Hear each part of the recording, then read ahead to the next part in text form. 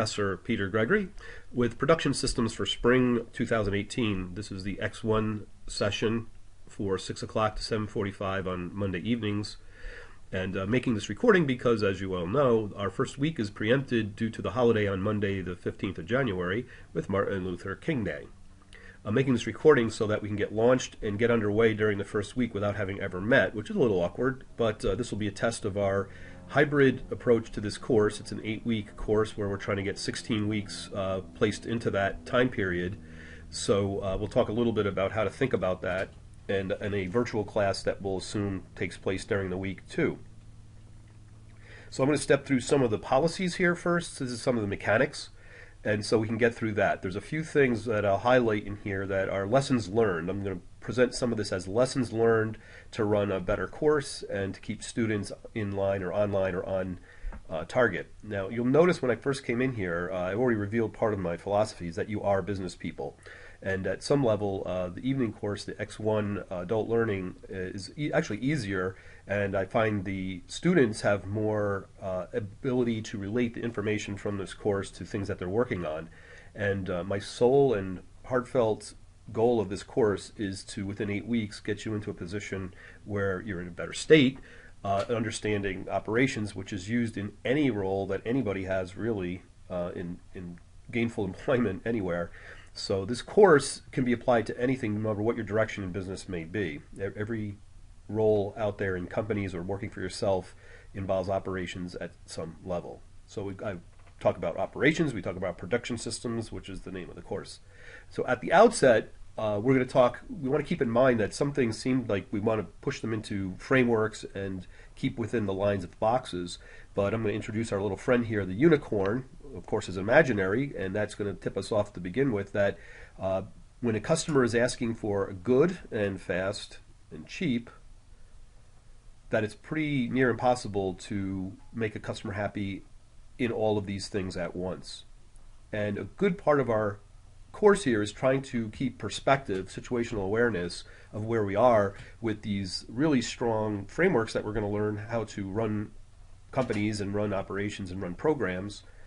But yet that there's plenty of human nature involved with this, with human expectations that blend with business, financial, customer perspectives, and then there's just getting something done on time, okay? Because this course may bring out some strong conflicts there that you need to know about when we talk about operations, which I think is the most important or the most interesting part about operations is that not everything fits in a box, although that's our constant goal. A couple of details coming up here to begin with. It's just, let's talk about emails. Make sure you're using pgreg5059@my.msmc.edu. That's the Gmail for the course. I do have my other administrative email, which I may not notice for days on end because of the way that I use that. I might get lost within the other emails I get. So make sure you're using this email address. Make sure you're using your email address with the my.msmc.edu. And so far everybody is. It's usually not an issue. Just bringing that up, that sometimes you'll forget where you send an email from and it will go to my admin account and I might not see it. So just a little bit of heads up on that. Whenever you do send me an email, please put the course number in the subject line as the first thing. So it would be BUS3010 space X1 space and then your subject line in there. That helps me sort my emails very quickly and make sure you don't get lost in the myriad emails that I do get. And when uploading files to eClass for assignments, make sure that you use your class ID number, which you'll see later in this PowerPoint, with your name, with a file name, when you upload something back up to eClass, okay? So there's a couple of lessons learned from teaching this now nearly 10 times, this course, in different formats, that if we get on board really quickly with some of the guidelines here, everything will run smoothly, and that is one of the big things that will keep our course running well. So welcome to my course. I have a lot of fun with this. It's a very practical course about how to get things done. This is an accelerated session, so we are, well, very accelerated. It's critical that you get into the required systems, that is the McGraw-Hill systems I'll talk about further on down in our PowerPoint here, and we want to get on board really quickly. And as you have received emails from me already, that if you have your photo already in eClass, by the end of the first day of class, and you also are into the systems. For each of those, you'll get an extra point tacked on to your final grade after all other scores are considered. Okay, so I put an incentive in there. Those are two things. It might sound trivial about the photos, but my ability to keep everybody straight, which I take this very personally on a personal level. All of you have personal goals that I'd like to hear about. I'd like to know all the students in my class pretty quickly, so we can have a good community, a good environment within the classroom and in our online presence as well. Okay, so the required materials you're probably familiar with. E-class shouldn't be a challenge. You've used that before. Email, I've mentioned that before. Fine to communicate with me that way.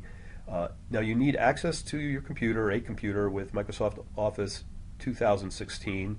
At a minimum, there's plenty of computers at the school, whether they're Macs or PCs.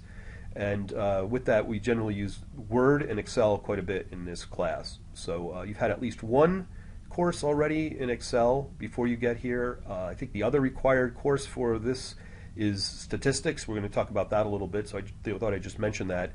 No harm if you don't have much Excel experience. You'll get it in this course, which I think is the ultimate Swiss Army knife for business people. This Excel, it's limitless as to what you can do with it.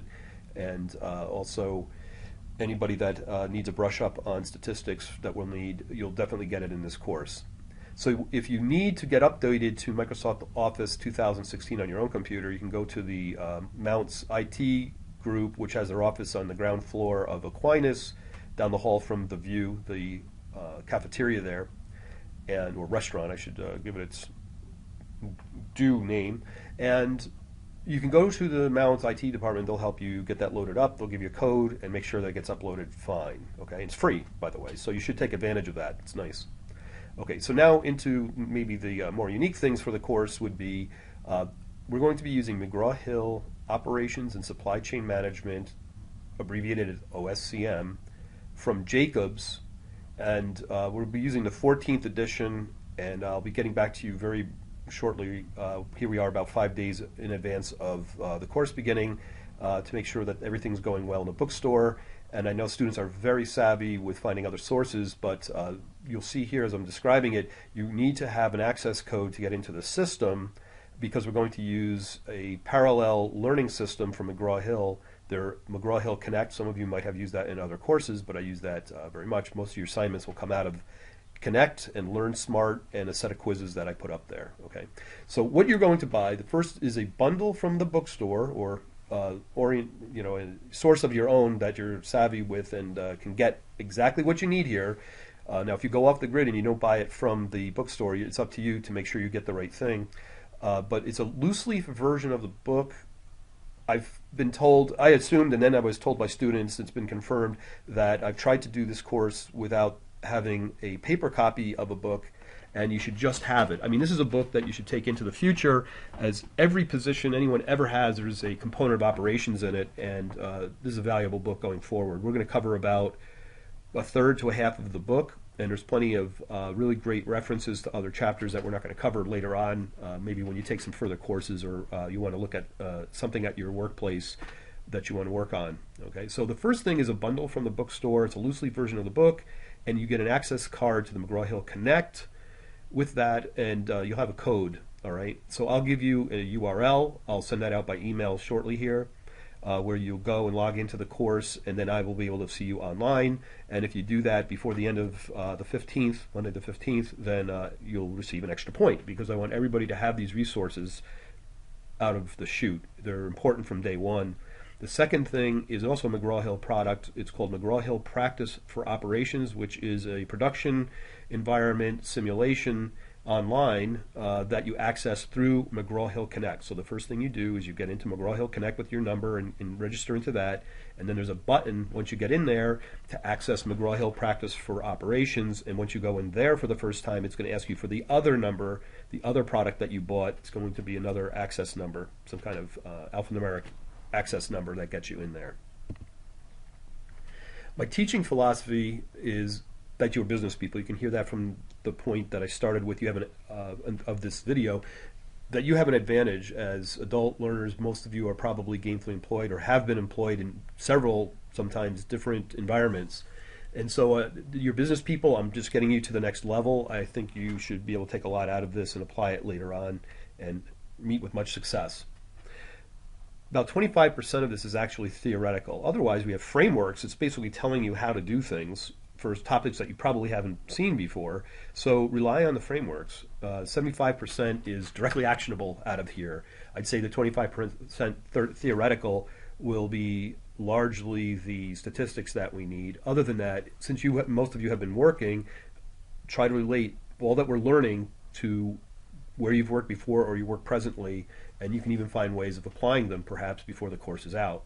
And that's how again, part of my philosophy is use it immediately. You don't have to wait for an exam. You don't have to have any affirmation by a grade that you can start using this. You paid for all the words, start using them, okay? Big point that I rely on is, the third point here is to think. And there will be questions how to express that you've understood topics for yourself and not just copying what somebody else has said about them. If there's a take-home assignment, generally most of it will be for this course, I generally don't really get impressed by somebody copying the direct verbiage out of the book. You need to express your understanding of it. Try to apply it immediately. The answers for these open questions that are essay questions, and sometimes even multiple choice and true or false, you'll find out that I'm asking you to explain it. You might give me a true or false or a multiple choice answer, but explain it. I want to make sure everybody can really apply this.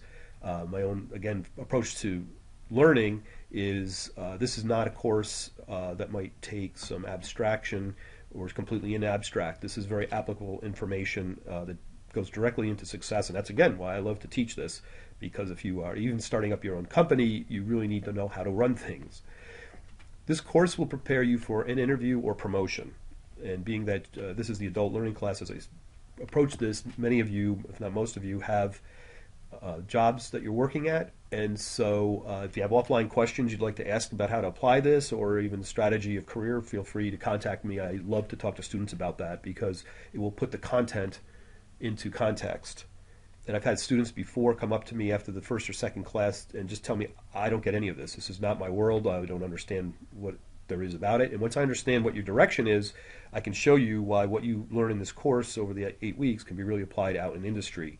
I had a student come up to me and said, well, I'm going to eventually be a lawyer. I'm really trying to get through my undergrad to go to law school.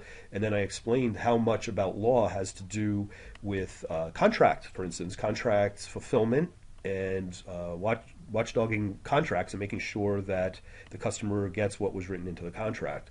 And that has a lot to do with this course. And immediately that person went on to get an A. Very good student. That suddenly it clicked and they understand this can be applied to everything. So off they went. And I just want to share that anecdote with you, that when somebody saw the context value of what they're learning here, it became a different thing.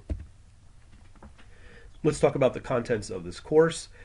This list that I provided here really captures the essence and the spirit of the course. I've taught this a number of times. I think this will be about the 10th time that I've taught it. An accurate subtitle of this course is How to Get Things Done. So sometimes we need to go off on, in everyday life.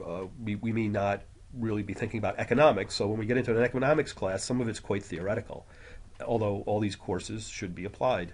You should be able to apply them to what you see around you with empirical evidence. But in this course, very much emphasis on how to get things done. Okay, so there's a group of P's here. The product, of course, we're going to talk about tangible products. We're going to talk about services. And so sometimes in context, when we talk about product, whatever the subject is that we're talking about in context could be applied, whether it be a service with intangibles, or it's a product, a tangible product like a Swiss Army knife. We'll talk about process. How do we line up the stages that it takes to get through and deliver a product? And again, that could go whether it's an intangible product or a tangible product. The project, okay, is going to be a group of people working on something.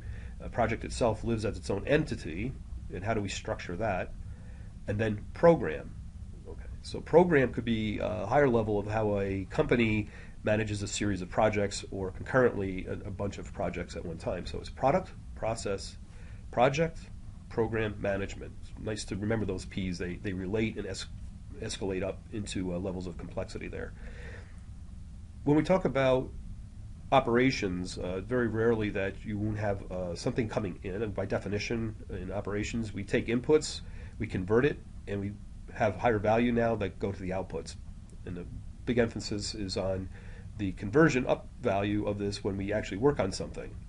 So we have to consider that we have upstream suppliers, and we bring in some raw product of some kind. And again, it could be tangible product or intangible.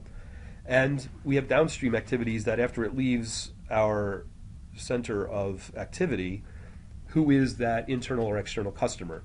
And that is, in a nutshell, what we refer to as a supply chain. And sometimes we have multiple suppliers that have different areas or different times when things come together upstream from us that we have to be concerned about, because we're ultimately concerned about the customer, our customer, being happy.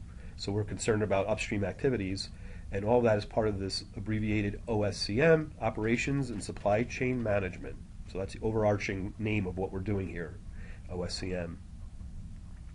We'll talk early on about the fact it's not that we just do something, it's also that we do it competitively better, and we have differentiable characteristics of what we do that a customer will pay more for. So how to leverage operations as a strategic advantage. Number 4, we're going to use the business of statistics in the field of operations, the business use of statistics in the field of operations. And so I'll be working with you from day one on that to bring us back up to speed, because it may have been some time since you had some statistics, but by the end of the course, there's going to be a big emphasis on this to understand the real mechanics of speaking and operating with operations, where we're taking measurements and looking for quality standards or metrics from that. We'll do some financial modeling of projects and understand how metrics of finance really affect us. Learning curves, and we're all involved with learning in this course, and we'll learn about learning curves, how to approach a project, although we will see a trend and understand how people individually or as a group start working together or working individually and achieving. We'll see that the first time they do something takes longer and is more expensive than anything downstream from that, after they've done something for a while in a repetitive manner. We'll talk about the sequence of operations, why it matters. We'll talk about quality. So now we're talking about, toward the end of the course now, we'll talk about what quality means, the history of quality, the world of quality that all businesses live in, and look for strategic advantages there. When we're looking at strongly profitability modeling and analysis of a near real situation in our simulation, it's as real as we can be.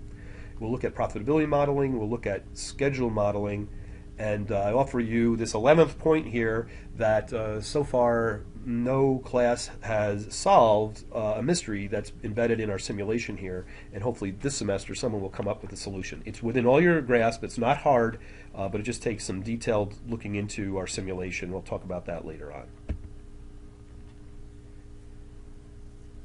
So a big part of my intro to this course is making sure that in operations, and this course has its own operations background to it, is that we need to deliver a good course to everybody, that things that I've noticed, this falls under our top 5 lessons learned in how to get an A for this class. And I'll talk a little bit about that in how some students get on the path early and perform at an A level. They've figured out the system. In other words, they know how to time manage, they know how to assimilate the information at a good pace and on time, and they also, in some cases, don't overthink things and they don't over-deliver, okay, because there's always a threat of that too. So if there's ever any confusion about assignments, please contact me, okay? I don't want any confusion about that. So the top 5 lessons from my observations and feedback from students in this course is get the materials early, on time, and get going with the assignments. Do not delay, especially in this X1 session. There's no time to think about options here. If you need to get the materials, you need to get the materials. So it's not easy to get through this course without having the materials on day one. Do all of the work. I'm telling you some of the more obvious things here, but it's amazing that if you just hold on to that, that's just A-style work. Getting an A in a course is do all the work and do your best at it. Do all the work. Did I mention that before? And, oh, by the way, do all the work. Okay, the reason I'm emphasizing this is very quickly you'll fall off the grading scale if things come in incomplete or not at all. and don't fall behind. Okay, so we're on a pretty fast pace here. I know. I think I'm just going to encourage you through this 8 weeks that keep up with things. And if you run into any stumbling blocks, don't get held up too much and contact me. Or in many cases, I can comment on this falling behind is I have you call the McGraw-Hill Connect people immediately or the McGraw-Hill practice people immediately when you have a problem to make sure you don't get caught up and lose a day. Even a day or two is going to hold you up here. Okay, there's a couple of even more overarching lessons learned here. First of all, this doesn't really apply for adult learning. I find that most students that come in at night are ready to get to work, even after a long day of their own work, and aren't distracted by such things as their phone. I think you are very good as adult learners with time management, but this does come up in my courses. The use of personal electronic devices is just not allowed. I'm just going to really ratchet down on that from this semester on. I have done that in the past, and I've actually tried to try the other way where trust students are making best judgments and using their personal electronic devices, and that includes taking notes on a computer. It just doesn't work. It's distracting, and it does not add to the environment we need in the classroom. The second thing, also, I don't find adult learners, adult students run into this problem, but to really take good notes from lectures. You need to depend on those to get good grades on anything, especially relating to interpreting or subjective judgment, objective judgment, the forest for the trees type questions that I put out there. Are you getting the basics of what these topics are about? So note taking is very important. If you miss a class, try to get notes from somebody else. And generally, I'll post the PowerPoints I use, those kinds of things.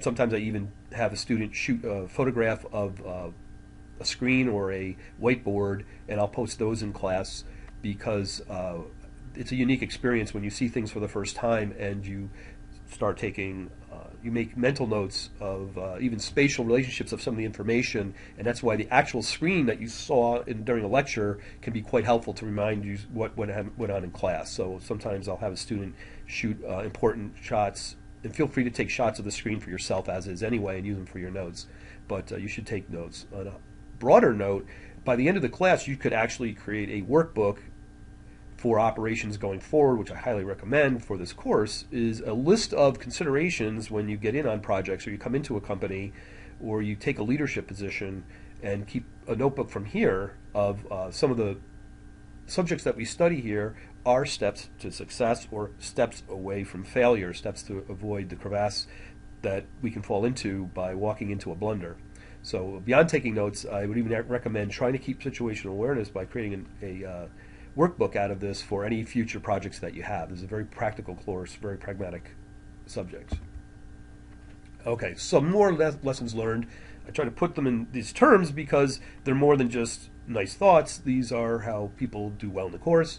Use the in-class lectures, number one here, use the in-class lectures to prepare for your offline work. My best students ask the questions and they can understand, they've looked ahead to what the assignments are, and if they don't understand one of my lectures, then up come the questions, and they do well. They go quickly through, they're good time management people, and they go quickly through their assignments because they've really focused and looked at all the steps involved with getting through the course well. Number two, submit your files using the class ID in the file name as the first 2 digits. I repeat that, as the first 2 digits, you're going to have your 2-digit class ID number, and then when I bulk download these from eClass, these assignments, they fall into place very quickly and I can grade them much faster. Again, if you do not use the class ID system that I use with your name in the file name, you may get a day or two or more delayed in getting a grade. Number 3, start the subject line of all emails with the BUS3010X1, mentioned that before. Use my email address as pgre5059. Use only your MSMC email account with me, and if I hadn't reminded you lately, don't fall behind in the class.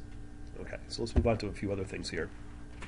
Quite often, if there is a question in class, you need me to do anything, then absolutely send me an email ASAP as a reminder. Quite often I'll have other students or other classes or other considerations that will take my attention away from you almost immediately walking out of the room, so I just say everything has to be backed up by an email. Make sure you contact me quickly and remind me that we spoke, and let me know what it is that we talked about that I had to do.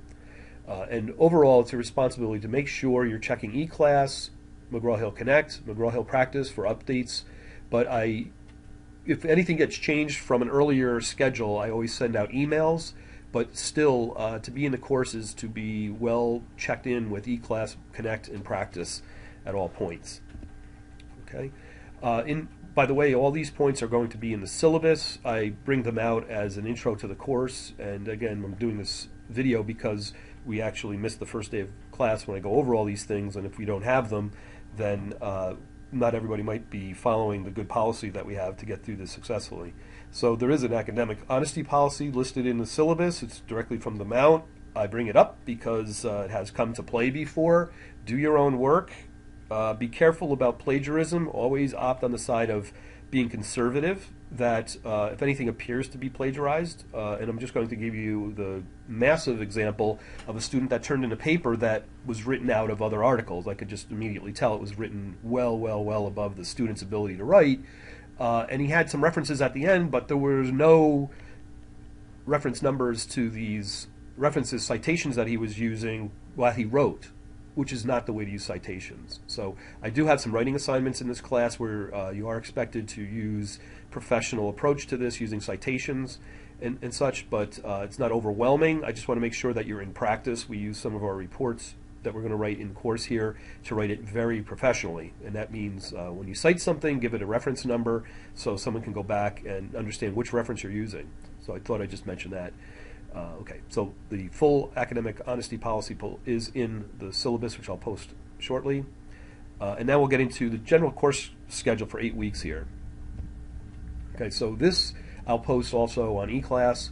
This gives us a breakdown that will hold pretty close to, and what I've done is structure the thought process that we have some kind of virtual class on Thursday. We do meet in person on Monday. It's absolutely essential that you make those courses. It'll lead to good grades, and if you're not making the classes, it'll be very hard to get a good grade in this. So we start on Monday the 15th, being that we have a little bit of an exception this session that we're starting on Martin Luther King Day. We have this video, and we really need to get going without having ever met.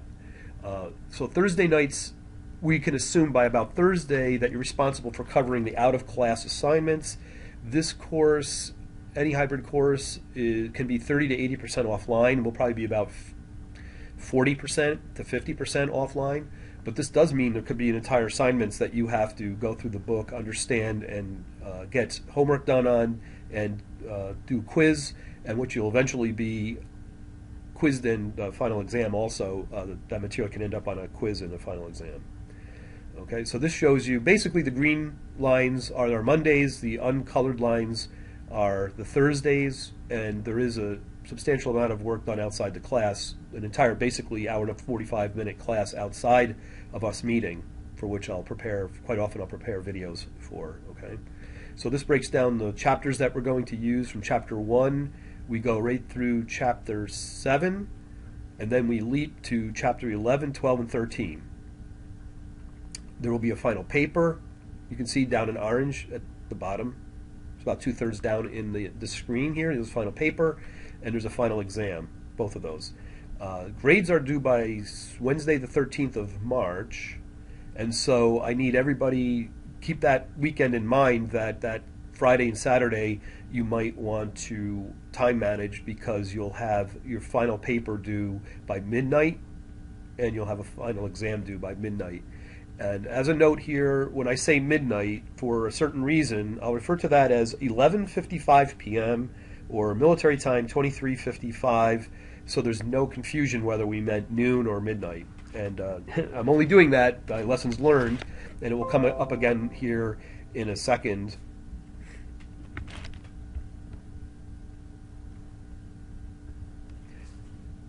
That'll come up again in a second here when we talk about McGraw-Hill Practice for Operations. I have reproduced here on this page at the bottom what the Mount publishes as the schedule, the calendar for the X1 session. There's not really too much in here. Just keep in mind, we're already very aware of it, that January 15th we're not meeting, but there's essentially 2 classes that week before we even meet face-to-face. There's some work that you're going to have to do, so it's going to have to show your ability to do work independently to meet on the next week, which would be the 23rd. No, the 22nd is the next week, so that we're already underway. We're not waiting till the 22nd to actually do anything. Now, there was a comment that Friday would be a makeup class, in-person makeup class for the first Monday, but I don't think that that's practical. I think people have set up their evening schedules for a certain reason, and I think in the past that hasn't really produced much when we've held a special in-person class on Fridays. So you might note that there's a January 19th, Friday the 19th makeup day for this 15th, which essentially, as I said, I know people have families and work and other commitments you've arranged your schedule around, and Friday is a pretty impractical day to try to squeeze something in. However, be in touch with me quite a bit by email if anything isn't clear. But do listen to my instructions, because I'm putting a lot of effort into getting instructions out first here that you can understand. Okay, moving on here, try to pick up the pace a little bit. This is a screen grab of the McGraw-Hill Connect portal. Get your codes from the library or other sources as long as they're legit. I don't have a problem with that. But you bear the responsibility if you go off the grid and you use anything else but the school's the school's bookstore, that you're on your own. I set it up with the bookstore to be successful, and after that, it's up to you. List of the Learn Smarts assignments and quizzes come down at the midpoint to the bottom point of the page. You can see I put a note in there. Let's see. There's an ebook to the right. Okay, so you can click. There's two different buttons on the right here for ebook. One of them takes you more into the Learn Smart or a guided version of the book. The second version here is for the straight up ebook that I use, that I go into. Now there might be some slight differences because this is the instructor view. The section web address is written right in this slot, if you see where the cursor is, and very importantly, this note to the lower right here is this is the access point. The arrow got moved a little bit, but the access point to McGraw-Hill Practice for Operations is through the McGraw-Hill Connect. And when you come in here, here's this button here. When you click that, the first time you go in there, you'll register for McGraw-Hill Practice, and then you'll have access to the system. When you get into that system, it like the Connect, has a list of assignments in there. So we'll come in and you'll see a list of open modules. So McGraw-Hill Practice works by modules. And I'm going to post the student version of the instruction manual for this on the internet. You download that on eClass, print it, and I'm going to have a quiz about that. I'll get into that in a second here. Okay, so just as in the Connect interface, you have a list of McGraw-Hill modules here. This is my instructor's view. I make a note up here. It might not be exactly what you see because I have something in here about assigning, which you won't have. This is where I create the module assignments. And one thing that I mentioned earlier about dates and times and whatnot is because we use different systems. We use eClass, we use McGraw-Hill Connect, and we use McGraw-Hill Practice in this course. There's a little bit of difference about how they use time or how time appears in my assignment. And basically what I do is make sure that many assignments are due at 23:55 military time, or that would be 11:55 p.m. And here I am at this point, I'm alerting you to when you do register for McGraw-Hill Practice, make sure you go into the settings and make the time zone Eastern Time. I guess we're on Eastern Standard Time right now, but wherever that selection is, that's your responsibility to get in there and make sure it doesn't get left as something else. I've had problems in the past. Again, that's a lessons learned type item here. So go in and make sure that these times are generally going to be in the evening at midnight. Okay, and quite often, wherever I can, I try to make things 11:55 at night, so it's clear what day they're due, what midnight that they're due on. And in this system, you can see that there's a potential for ambiguity here because it says 12 a.m. Eastern Standard Time for January 19th, and just out of experience, I know that that can be a little ambiguous. Which day do I actually mean by that? So again, I'll try to be as obvious with the deadlines as possible, the due dates. This I present to you is just the standard Mount grading grid. An A is from 96 up to 100, etc. 92 to 95 is an A minus, all the way down. Okay, I just want to make sure you're aware of that. That will go in the syllabus, but that's what you should be maybe printing out and keeping as your guide card, put a little copy of this into your wallet or purse and be able to refer to it and know where you are with the course at all times. This is a sample scoring sheet that I use at the end of the course. I start entering grades right from the beginning, and there are essentially 4 getting started points to be had or to be missed before the first class, which are in yellow here. Okay, this is a class. This is actually the actual class list that I have here, and you can see that there's 12 people in our Adult Learning X1 session, and there's 4 mini assignments before the first class or at the first class due, which are in yellow here on this part of the screen. And then you'll count 1, 2, 3, 4, 5, 6, 7, 8, 9, 10 items from the course with the weights, the contributory weights that they add up to 100 in the course. So McGraw-Hill Learn Smart is 5% of the course. McGraw-Hill Connect assignments are worth 10. The McGraw-Hill quizzes are worth 10%. McGraw-Hill Practice has 20. Notice the weight there jumps. And then there will be 2 quizzes. The first one will be worth 5%. We'll have a midterm worth 10%. The second quiz is worth 5%. The final paper is worth 10%. And finally, the final exam is worth 20%. Okay, so you'll notice where the weight is that the McGraw-Hill Practice comes in at 20% and the final exam comes in at 20%. Those are the big ones. But you'll notice from the previous slide up there how many points you really can afford to hit whatever grade. Okay, so I'm working with everybody to keep your A here from the start. I want everybody to succeed and actually use this information. Okay, so this is a quick note about the first 4 first class meeting that actually got canceled or preempted by Martin Luther King Day here. And those things that if you can get done by the 15th are these 4 things. Okay, I'm going to give you a syllabus quiz to make sure you've gone through this and understand the policies. Why do I do that? I want to make sure that everything runs smoothly, and I don't want anybody to fall into the pitfalls that can occur. And some of the 2 big things that I've already mentioned have to do with naming files when you upload them to eClass and putting in the subject line of emails, making sure you use the course as the first part of the subject line. Okay. McGraw-Hill Practice for Operations quiz. I'm going to give you some questions about the manual that I'll post on eClass. So both of these, if you do not do a good job at these or you do not do them at all, you will lose an honest point right off your final course grade. Just as you can earn points, you can lose them. So these are measured down from perfect. You need to do the syllabus quiz, which is not too challenging. It's just making sure that everybody understands what I just said and has read the syllabus. And the other one is that the McGraw-Hill Practice for Operations, you get into that really quickly. I want to make sure that you start reading that. So I have some simple questions for you to answer on that. Make sure that you've gotten into that. You've heard from me for quite a bit here about these photos. We ran into a little bit of interest about at the mount as to where that really falls, what department that falls under, whether it be IT or registrar or whatever else. I've gotten that straightened out. You should have received copious emails about where you stand with your photo for the class. It really helps me get to know you.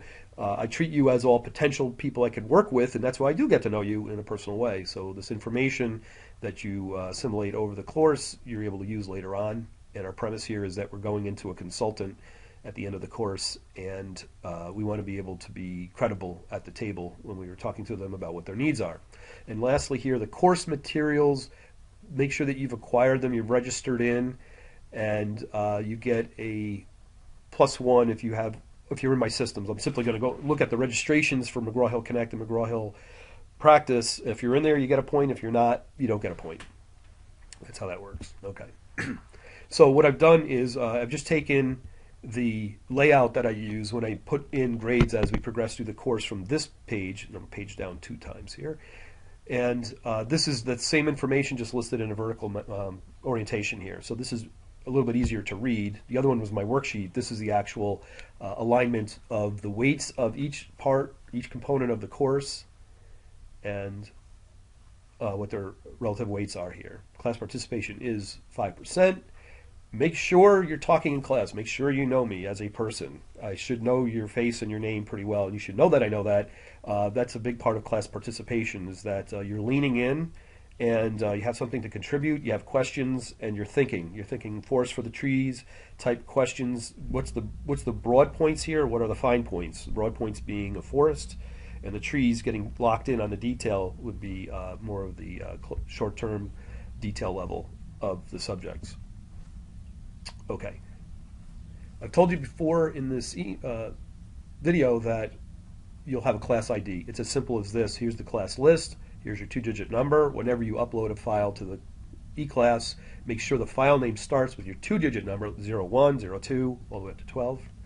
And you put your name after that, and then the file name will come after your name.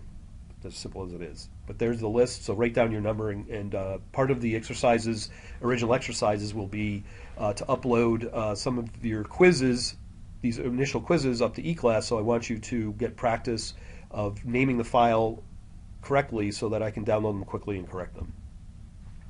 This is what will appear in the syllabus. I've talked about what comes in the course, but this is the official formal description that falls in the syllabus. This is the student outcomes, and this is the learning. These are the learning strategies that we use in here. You've already heard about quite a few of them. We have a parallel learning management system with Connect. We have a simulation with Practice, and you'll see that there are homeworks, read online, an ebook, there are quizzes, and there will be a couple of written assignments in here. Okay.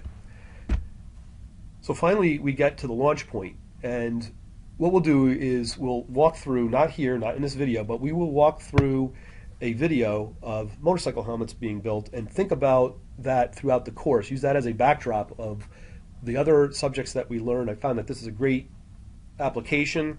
This video takes us through what it takes to make the basics of a motorcycle helmet, and we can always go back when we need an application to the motorcycle helmet here throughout the entire course and think about what we would be doing with this subject or this application or this process. And with that, I'll leave you. You can rewind this video as much as you need to. Future times also through the course, you can go back and understand what my position is or policy is on some of these things and some of the details. So I look very much forward to seeing you on Monday the 22nd, and we'll be in touch in the world of virtual connection between now and then. Thank you very much. Bye for now.